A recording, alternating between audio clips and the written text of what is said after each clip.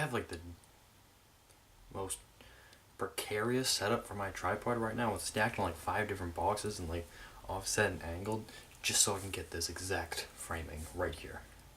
I hope it's worth it.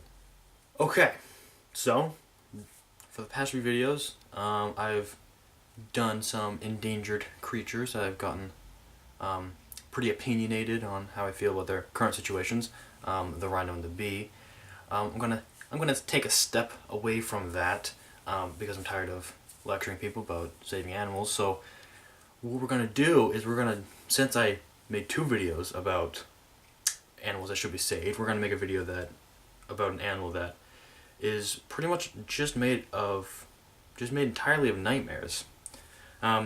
It's called the Bobbit worm. Maybe some of you have heard of it. It's nicknamed the Bobbit worm. We're just gonna call it the Bobbit worm for the video because it's easier to say than its real, Latin scientific name. So we're doing the Bobbit worm. It's pretty much made of nightmares. We're gonna get a picture right up here in the corner. As you can see, it's pretty terrifying. We're gonna start off right here at number 1. It gets up to.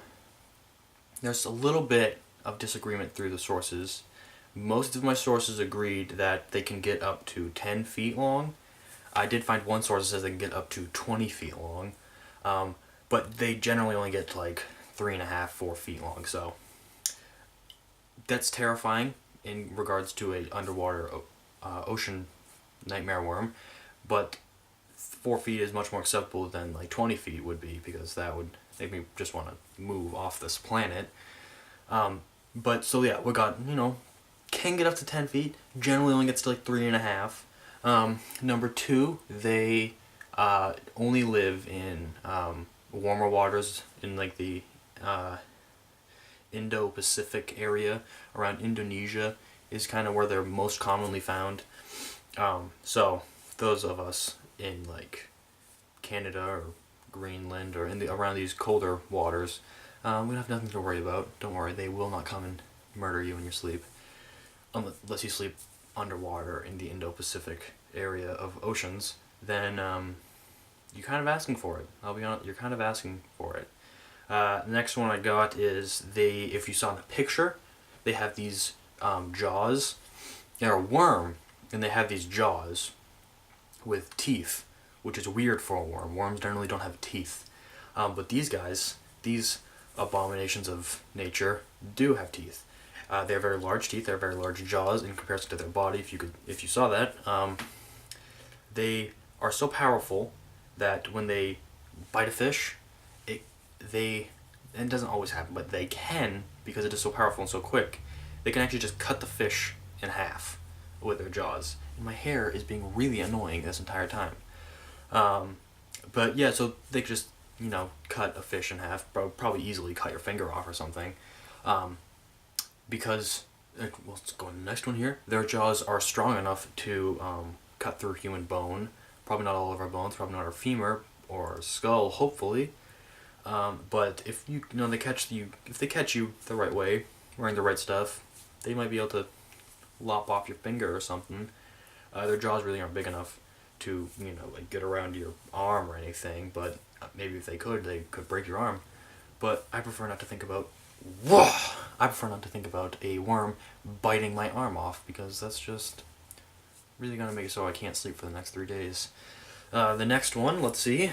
Next one is they are, as you probably could have assumed by the picture and the fact that they're quick and have these big snapping jaws, they're an ambush predator. What they will do is they will burrow in like the sand and stuff, but their entire huge 3.5 to 20 feet long body just burrowed into the ground there with their head poking out just a little bit. And they have these 5 antennae that will sense like, water current changes and temperature changes, so they can find fish. They do have eyes, but it's a belief that the eyes don't really do much in the hunting process. So they'll just kind of sense for those like little changes, and they'll just snap out and grab a fish without the fish even really knowing what's happening. And then they'll just kind of yank it down into their little abode, house, living space, living room, whatever you want to call it. They'll just yank them down into there, and if they can't get them down in one yank, they'll just keep like coming out and yanking and coming out and yanking until that fish completely goes into there and they can dissolve and eat it like a horrifying, horrifying science worm that they are. Next here, they just kind of going off that last one. They, like I said, they live in the Indo-Pacific ocean areas generally, but always the warmer ones.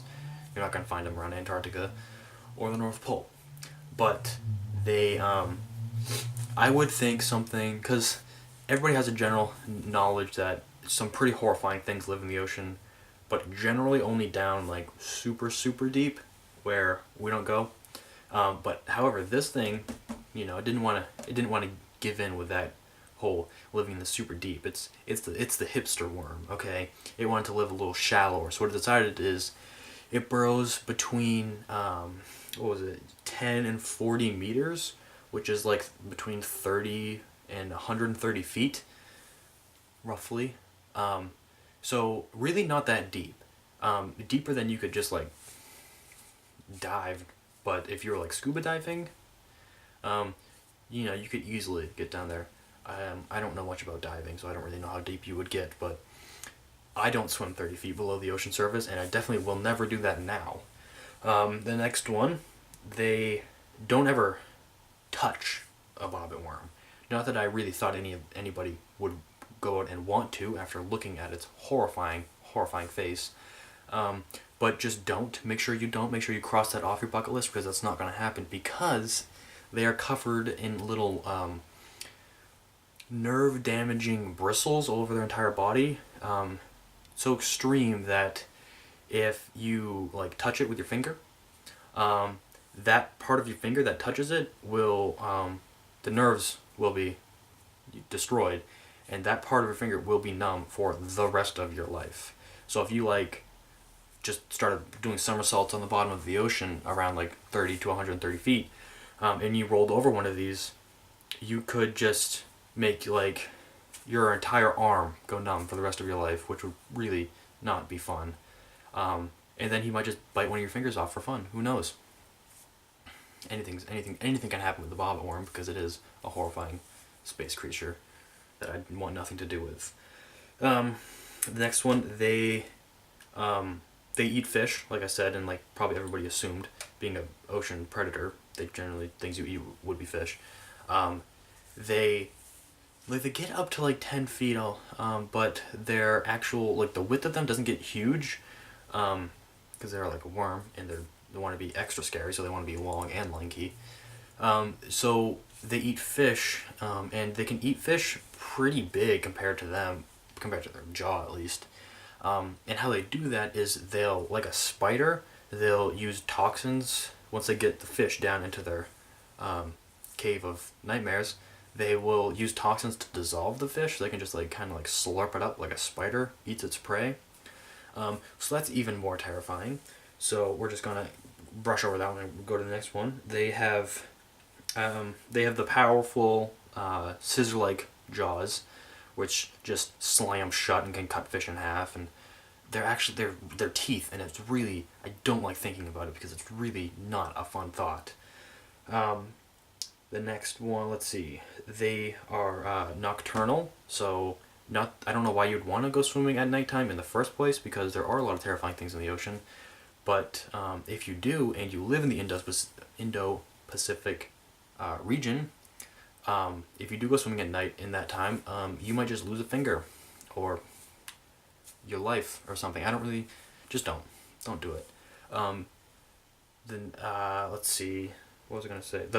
They are they're classified as like broadcast spawners, which means like generally with like dogs or cats or something, a male and female will meet, and they will, mate, and they'll have some kids or whatever. But how bobbit worms do it, and I like to think it's because they are so horrifying and they don't want to meet each other, is they will just release the sperm and eggs into the water, and then they'll just mix in the water, so the bobbit worms actually never really meet to have kids or whatever, so kind of like every baby bobbit worm is like an orphan. So they're all kind of like little horrifying, I don't know, orphans. I guess I already said that. I don't know. I was gonna do a joke there, but not funny. let's go on to the next here. This is the last one, and I'm starting to forget it. Well, I guess that's the bobbit worm, and my mysterious last fact is gone. Maybe I'll remember it by the time I end this, but probably not. So that's all we got. It wasn't exciting because I didn't write it down. Trust me, it wasn't worth your time. So that's all I got on the bobbit worm. Not much is known about them because they're kind of elusive. Oh, I remember what it was. I remember what that fact was. They tend to live in... They don't tend to. They can. They have been found to live in those live coral samples that people get for aquariums and stuff. And there's actually one... There's probably more than one, but there's one occurrence I know of where there was this aquarium and there was fish kind of disappearing at like sort of an alarming rate. And the aquarium staff were very curious as to what was going on, so they like looked and they were observing, and they couldn't really find any like fish that was eating all the other fish or whatever. So maybe they saw the bobbit worm, but I don't know. What they had to do though is they had to take apart the entire aquarium to get it out. And I don't know if you've ever been to an aquarium, but aquariums are pretty big, so they had to take the entire... I mean, not the entire facility, I don't think, but the entire section that was in the entire tank. I imagine it's probably a pretty big tank because it's a pretty big worm. 10 feet to 20 feet, that's pretty terrifying.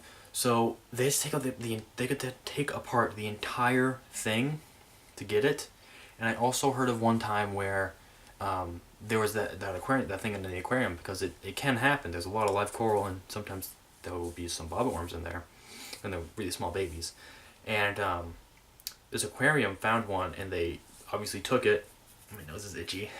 And they put it into a tank, a separate tank, so they could like examine it or something. I don't know, make nightmares out of it.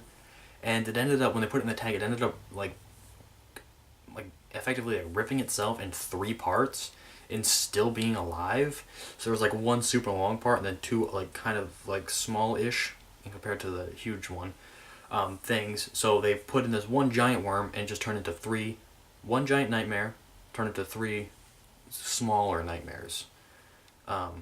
So that's makes it just more terrifying. Just if you made a list of things that you would find terrifying on something, I'm pretty sure the bobbit worm would just check off every single one. Unless it was legs, they don't really have legs. They have little tiny legs. They have a lot of them, but they don't have long ones. So if it was long legs on your list, they won't actually make that one. Unfortunately, they're not the total perfect nightmare, but they are a close contender.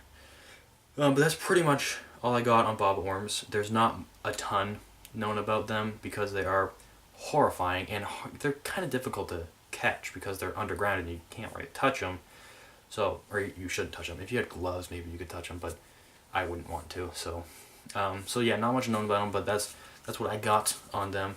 I'm glad I can share this horrifying nightmare knowledge with you, and I will not be able to sleep for the rest of the week probably because of this monster. But I hope you enjoyed. Like, comment, and subscribe, and stay toasty.